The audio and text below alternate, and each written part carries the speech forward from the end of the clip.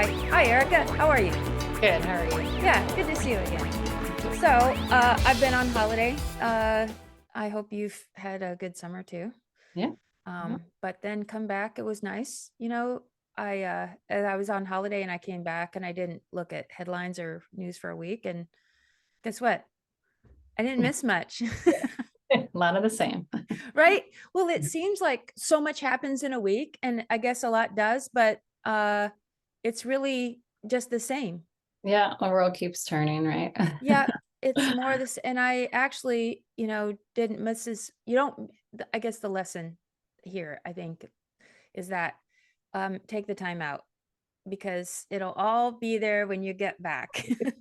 Exactly. Yeah. And you got to take the time with your friends or family or whoever you're spending time with. I think that's important because yeah, and it was nice to not look at any headlines for a while.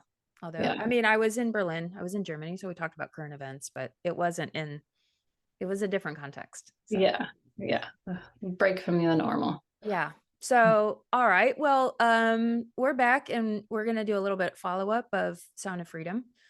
Because we just can't let it go. I guess some other people just won't let it go, but there's been other stuff coming up, and so we have a few things to talk about, but we're going to talk about some um well, I would say like some of our other colleagues have spoken out about this in some other articles, but then also you and I were going to have a little discussion about what is the next step. And so if we don't like this, and if we're not really big fans of OUR or the way they do things, or this whole, not specifically this organization, but the whole the Yeah. the way the method of anti-trafficking work that they represent, Mm. what could we offer and how can we help people think about doing things a different way? Yep. Because I think a lot of the feedback that I've been getting, and maybe from you, is from people who haven't been in this sector, who haven't been working in this, and they're like, how can you be against this movie? Are you like Yeah. against like fighting human trafficking? I'm like, no. Right. Right. Yeah, so my friends have been pretty shocked, or some of my colleagues just want to push back. But I don't know about you, if you have any Yes. And particular and anecdotes to share about that. I just think we want to believe that it's good and the whole hero, like it is in our DNA. Even God created us to want to fight evil. So I think there's that, people just want to rise up and defeat this, and the narrative, it feeds right to that. And so we want to believe that this is how it is and this is good. And it's hard to look at the complexities. And so, yeah, I think it's just easier Yeah, and more enjoyable, more sure. to believe that this is good work and this is happening. And Hmm. yeah. And we want that, it's that cowboy rescue, Yeah. like, yeah, even this, someone can do something about this, and someone Right. is doing Exactly. something, and it's actionable, and it's sort of a little bit of immediate gratification. But I Yeah. think it's important to remember, I don't think everybody realizes that the events that this represents took place about 10 years ago. Right. The Yeah. film was actually finished 5 years ago. Yeah. Things have changed, and maybe not. I mean, I think a lot of people have come some kind of way in how they represent, but it's also important to remind people that this is based on a true story, Hmm. but not, that doesn't mean everything in it is true that happened. It gives people the wrong idea. We were just talking about how uh Tim Ballard takes this boy. Um, Yeah. he rescued, I don't know if he's rescued the boy, he's got the boy out, and he doesn't refer to any kind of services. He takes the boy to a restaurant by himself, Right. and and and asks the boy to share about his experiences. I'm like, okay, how many things are wrong in that Right. picture? Yeah. But it gives people the idea like, oh, this is an okay thing to do. And I think 99% of the people might believe that's okay. Maybe Yeah. some people who are social workers were like, oh, a little cringe moment. But for those Right. of us in the sector, we're like, um, that's really, that's really not how it's done. Right. Right. Yeah. Right. Yeah. Yeah. And so there's just some examples about like, but here's why it's bothersome, is that people get the idea that that's how it's done. or this is the proper way to do things. Yeah. And when they're, and that it's okay to sensationalize, or even that it's okay to sensationalize in order to get a message across. Right. Right. It's a lesser evil. Yeah. Yeah. And okay, so all right, that's not true. And then, I think there's been some podcasts where they'll say like, okay, well, not everything is true, but people don't know the difference Yeah. between what is, people would know, only Tim Ballard, Hmm. the writers would know what happened and what didn't happen. But who knows if they, but then it draws into question, do they actually know what's right or what's wrong, right? If they're Right. willing to put it in the movie, then I guess they're endorsing Yeah. actions like that. Yeah. Right. Um, so yeah, and then so I sent you a couple articles, and I'll put some more. I'll put a couple more links in the show notes. That there was an Asia regional anti-trafficking conference, the ERA conference, that I used to participate in when I lived in Asia. It's fantastic, and a group, a wide group of counter-trafficking organizations in Asia got together and wrote a letter, and it's published on medium.com, and I'll post a letter that basically saying in very non-sensationalist words a lot of Mhm. things that you and I agree about, just like, hey, these things happen, they're not necessarily representative of the anti-trafficking sector, there's a lot of hard work, we're frustrated, we're disappointed, Mhm. because it gives people kind of the wrong idea about what's going on. I thought that was very helpful. And Yeah. so, FYI, it's not just us. Right. There's lots, and I've talked to Right. other people who don't have platforms, who don't have podcasts, who don't are just publishing. They're not publishing anything, but I mentioned last time, I had a meeting with statewide organizations. They're like, oh, it's not like we're not doing anything. Right. Right. I don't know if you've had any other, care to share any other comments along that line, or, if you've had similar discussions.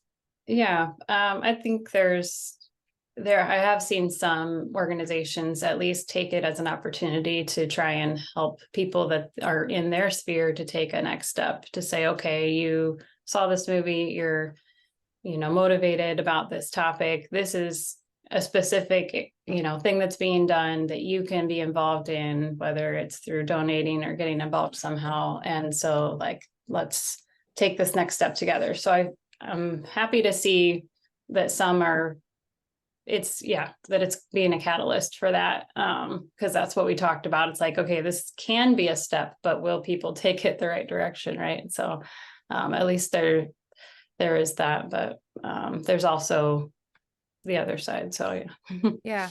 I mean, and then there's articles that are poo-pooing the movie for different reasons, Hmm. and for reasons that I don't think are good, because they're perpetuating sort of the woke perspective of, I mean, it is true. One of the criticisms I have is like, it perpetuates the idea that, oh, this white guy goes and saves brown and black girls, right?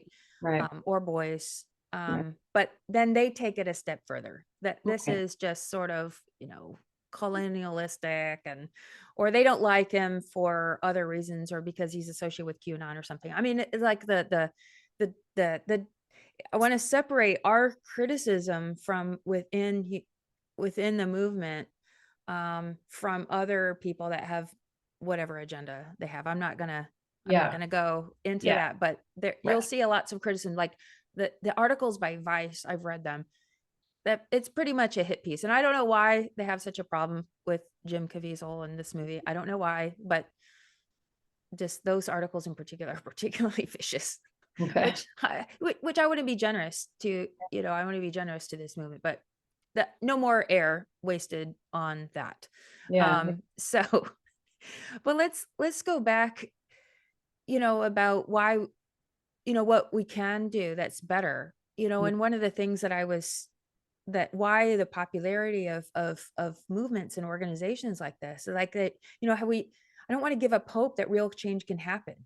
Right. um I don't want to be paralyzed by the normative evil and scope of intervention that's really required on this. And this is what we're going to talk about the rest of the time, because um doing wrong things to save children are still wrong things, right? Right.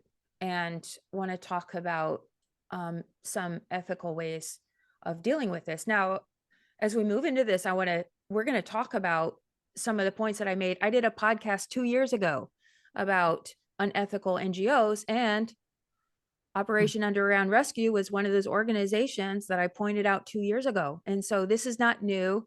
I'm not on Yeah. the bandwagon of vitriol against this. I mean, this is not new news. Yeah. This is what I want people to know, that this organization has been on the radar of questionable practices for quite some time.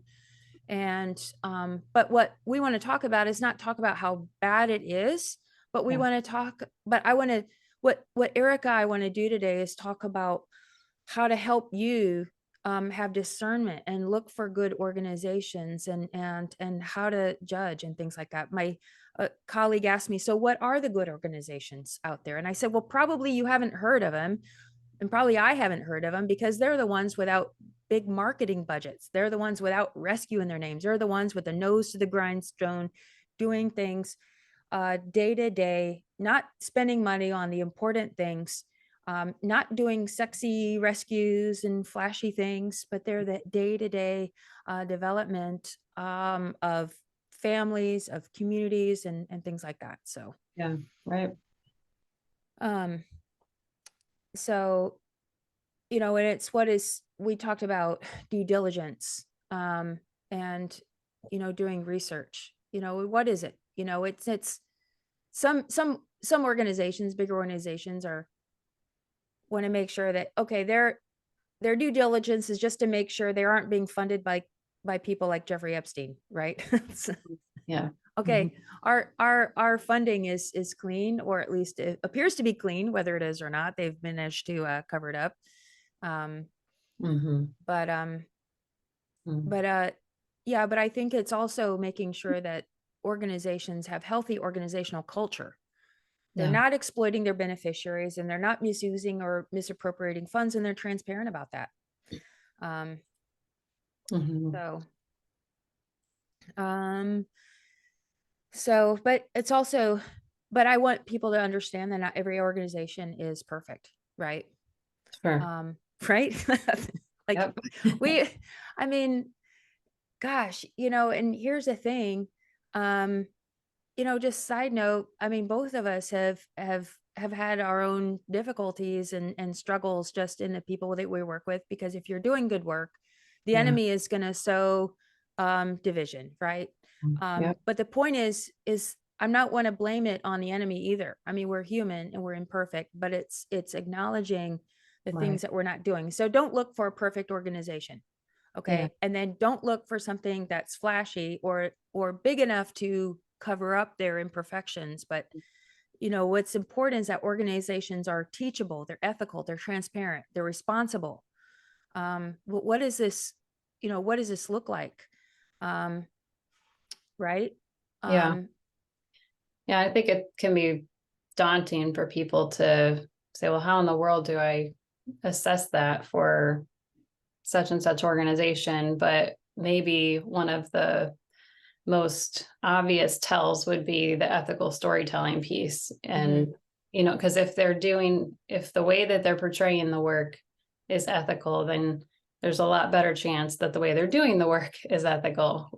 But if they're, yeah, otherwise it can reflect the opposite. Because it is, even if you are committed to doing things the right way, it's really easy to still market it in a way that's unethical. It's a slippery slope, and because people want things that aren't really ethical to share, and you need the donations in order to do the work, and it can become like well, isn't it better to toe this line and be able to have the funding to do the good work we're doing rather than not, and then people won't care and they won't give, and so then like it really is a very difficult dilemma that faces NGOs, and you really have to be vigilant to keep from going that way. But anyway, I just think that could be for the ones that are doing some marketing, like you said, a lot of the Yep. ones that, you won't even hear about don't have Right. budget or manpower for it, but that could be for the ones you do hear about a way to kind of Well, narrow. I mean, for example, and maybe you can tell it. I'll share an example. Maybe you can share an example. But even though, like, I'm not doing a lot of awareness or marketing or anything like that, but I've had to go back several times and edit the photos just on my webpage. It's Yeah, not, and it's just like, okay, even if it's a photo that I took myself, that yeah, I had permission, and right. someone says, hey, you know, I'm not really sure if that's the right, message. And and I, it was questionable, but but someone was saying something, or some things, or something, or someone was building my website and then putting Mhm. some photos in there. And I'm like, yeah, no. Right, Their suggestion was like, yeah, this is really gripping and this is, emotionally, engaging. I said, yeah, but no, we can't do it this way. It's because it's just the whole message from top to bottom. right. Um, and so, or some organizations are, so I don't know if you had a, Yeah, uh, I mean, we've gone through that similarly. I ran the social media for the last organization I was with for a while, and we drew up ethical storytelling guidelines to try and use that as a compass. But even still, there was a couple of posts we ended up taking down after the fact, looking at it in a different way. It's like, okay, that's exactly like you said, you want to draw in the audience to so that they will take the time to read or hear the message that you have, which is important, and to believe that the atrocities you're working to mitigate are really real, because if they've never stepped outside of their where they live and where they're at, how are they going to know, so yep, but yet yeah, so it's just easy to fall into that camp of just wanting to do what you need to do to get the attention, but then realizing that you have to keep the line. You have to hold the line when it comes to not re-exploiting the victims. That's really what it comes down to. Is this really, putting them in the light that is respectful? And if they saw this, would they be okay with it, for example, mm-hmm, or how the story was told or how we portrayed things, like how do you give the truth without re-exploiting, without sensationalizing? It's yep. not an easy thing. So No, it's it's easy to not. get it wrong. Yeah. Especially because now there's, and rightly so, a push to get more survivors involved and Yeah. survivor voices. But sometimes that there's a push to get survivors into speaking before they're really ready, right? Yeah. Yeah. Right. And we don't. And I know I've worked with organizations just as partners that they're tend to parade survivors around to do talks and raise money. Yeah. And some of these people have felt exploited. They feel like they can't because, oh gosh, they were they were liberated right through this Yeah. organization. That organization is really helping Owe them. them. And so now they're being asked to do this, but they don't really want to. But how can they say no? Right. That's a dynamic of power that is not always realized, right? Yeah. Yeah. Um, Exactly. and so, yeah, it's a slippery slope. So, oh yeah, we're using survivors, but are you using them? And Right? right. Are you using them? Um, Or are you empowering? and And also the way that they're reflecting, survivors, they're perpetuating the trope of weak victimhood, or are yeah. they truly empowering, right? Right. Right. Um, and not misrepresenting the healing journey of survivors, because as you know, it takes years and years and Right. years. Right. And how many people go back into the life Right. after they've been liberated? And it's heart-wrenching, but Yeah. true. Yeah. Um, so Yeah. yeah. Yeah. So how do you tell the truth about that without, yeah, overdoing it? Yeah, but there is by the way, there is an ethical Yeah. storytelling organization. There is a website, Yeah. and I'll remember to put the link in the show notes, Yeah. where organizations can go. They had a podcast, so I don't think they're as active as they used to be, but it's still up there and it's still valid to take a look and see what they've done. Because we're like, because as a survivor push, like, okay, how do we tell stories ethically, right? Hmm. And so that's something that we can look into. Yeah, Um, absolutely. It's a great way it provides a great base. yeah. Yeah.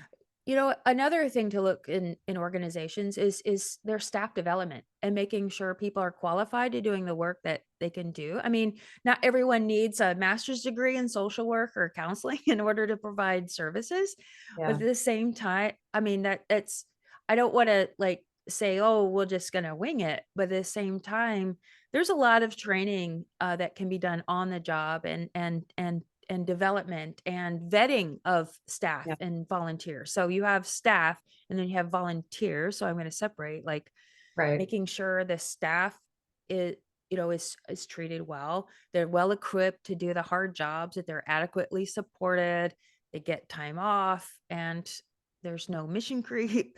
Yeah. And also with the volunteers, oh my gosh, these, what is it? Volunteerism Yeah. was a word that I think you're familiar with. Not a lot of people were, like, oh, we want to do a short-term mission trip. We'll just Right. come and orphanages and, hug babies. And, Yeah. it's that it's it's the constant tearing of relationships that are really devastating to children. So Yeah. also I did another podcast on that. We won't go down that rabbit hole, but but I think Who are what you I'm talking serving? about, right?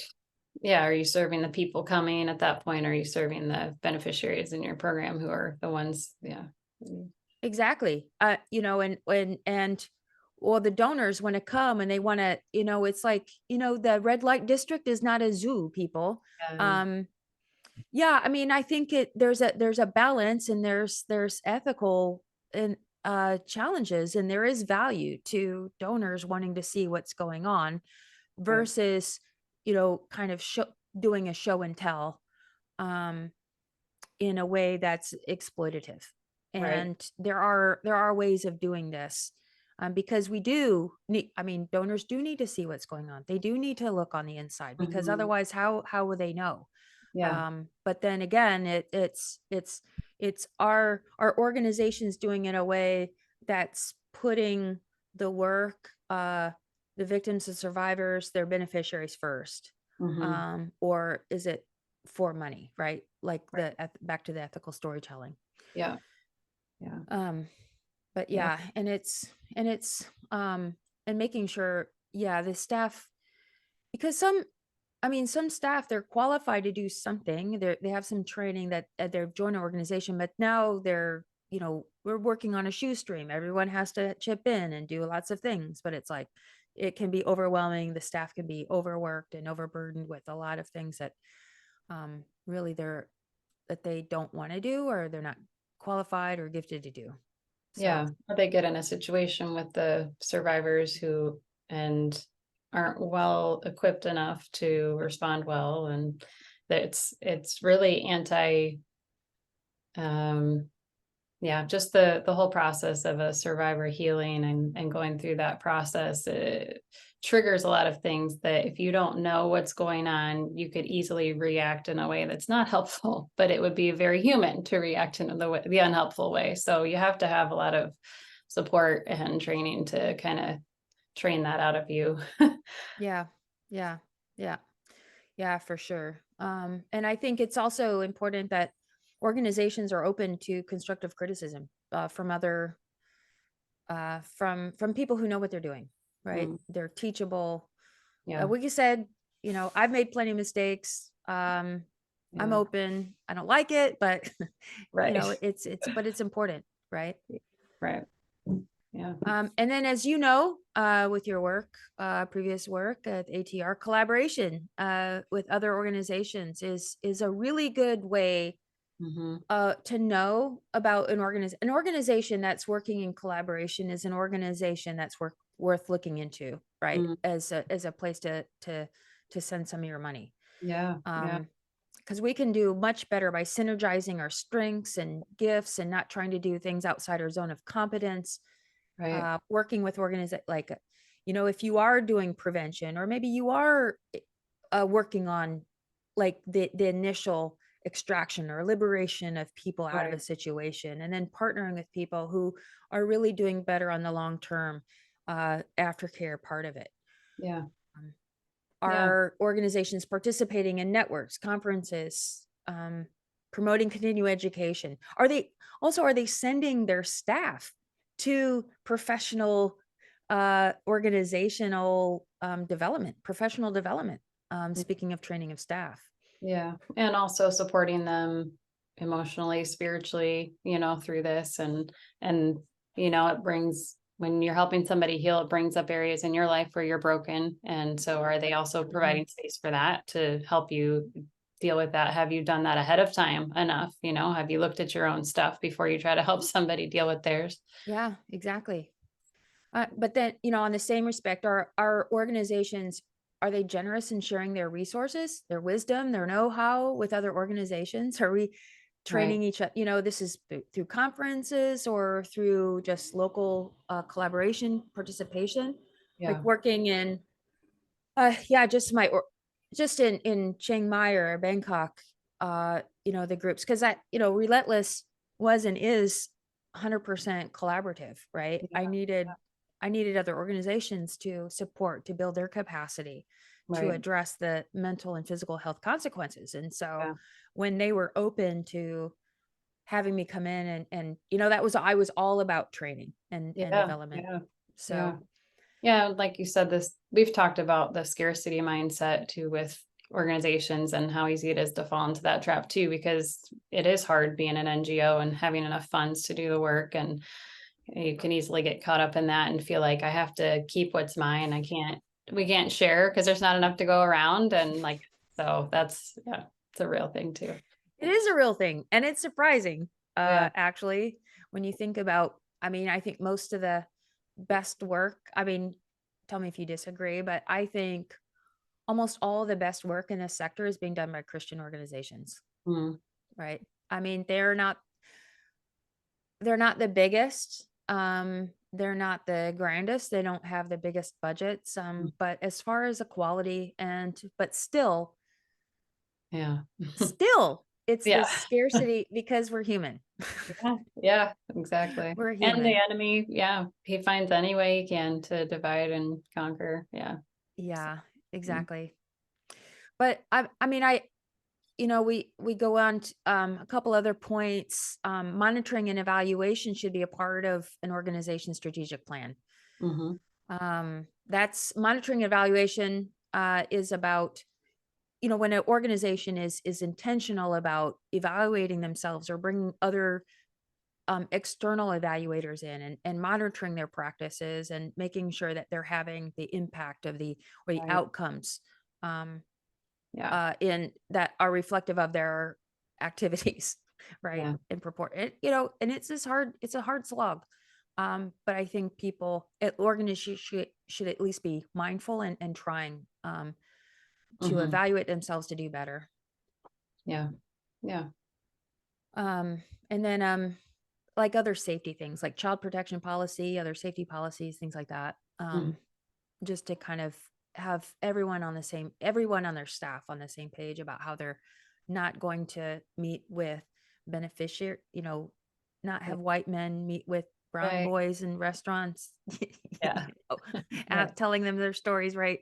Not Yeah. to rehash that point, but that's, can Yeah. I just say how bad and idea that is?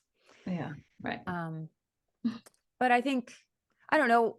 I think the majority of counter trafficking organizations are doing well. They're doing good work. Mm, I think everyone could be doing better. yeah.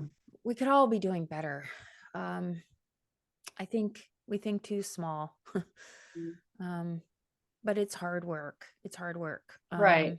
Yeah, you get into the middle of it and it's tough to keep up. So adding more is can Yeah, feel like too much for some when yeah. right. What else do you have anything else to add here? Um, No, I is yeah, I mean I think it's good that you have a whole podcast on this if people want to hear it again because we just said a lot, to be able to have a place to refer to it, and the ethical storytelling website is a great it just kind of helps you. It's a paradigm shift, right? And I Yeah, think even though there's so many facets, like we said, training and other things that aren't even marketing related, I think the ethical storytelling kind of helps you to make sure the paradigm is correct, and then everything flows from that, right? Like, so Yeah. that can be, those are two helpful resources to definitely refer back to. Yeah. I mean, because there is, I mean, I just don't, I mean, these issues are important because this work is important. Mhm. And there are lives at stake, really, literally, because trafficking for someone doesn't, that trafficking experience doesn't end when they're liberated, right? Mhm. When they're out of the situation. I mean, it lasts a long time, but the preparation for liberation, for getting out, is actually, and what gets people into a trafficking situation starts usually years before they're in the situation. Right. But then that trauma and that experience doesn't, they never get over that. I mean, they do to a certain extent, Right. to a very functional extent, but it's a part of their story. Yeah. And that's why it's important to really have ethics and integrity. And that the fact, when we have stories blowing up like Sound of Freedom movie, that's potentially eroding the integrity of the entire trafficking movement, Mm.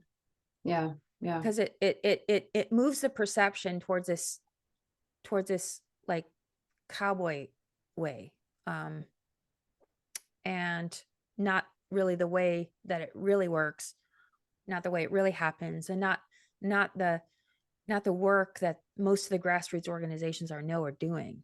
Right. Yep. um Exactly. so Mm. but Yeah. yeah, and so I just want to encourage people that, okay, fine, you can like the movie, you can enjoy it for entertainment value, Yeah. which is, but and if you're moved to do something, please Mm. get in touch with me, get in touch with Erika. We'll point you, if you're interested in a particular area or country or state, or particular kind of work, whether it's prevention or aftercare or whatever. There are groups, there's advocacy work, there's all kinds of good stuff Mm. out there, and we'll refer to this one, my previous or podcast, just to help you decide like where best to spend your time and money, to support, because it really does take everyone, and you can be a part of it, you can learn about it, Right. um, but it really does take everyone doing their part. Right. So Yeah. um, well, that's cool. Very We'll cool. just we'll make a wrap up there, but again, lots of links will be shared, and Erica and I will be back on talk, in probably in a couple weeks or so. We'll think of something else to discuss. In the meantime, really, if you do have questions, I think we're going to do an FAQ kind Yeah. of podcast or something like that. But I want to hear from you if there's topics that you want to hear about. If there's questions, things you always wanted to ask, or Yeah. things you Yeah. bouncing around your head, we'll take a stab at it and talk about it, Cool. because we still want to be involved. We still want to do this work. So, Yeah. all right. Anything Cool. else? No. Cool. All Good. right. It was fun. Thank you Yeah. so much. All Sure. right. We'll talk to you later. Well, All very right. soon, actually. Bye bye. Bye. Bye, all. And like, share, subscribe. You know all that stuff. All right. Okay. Bye bye.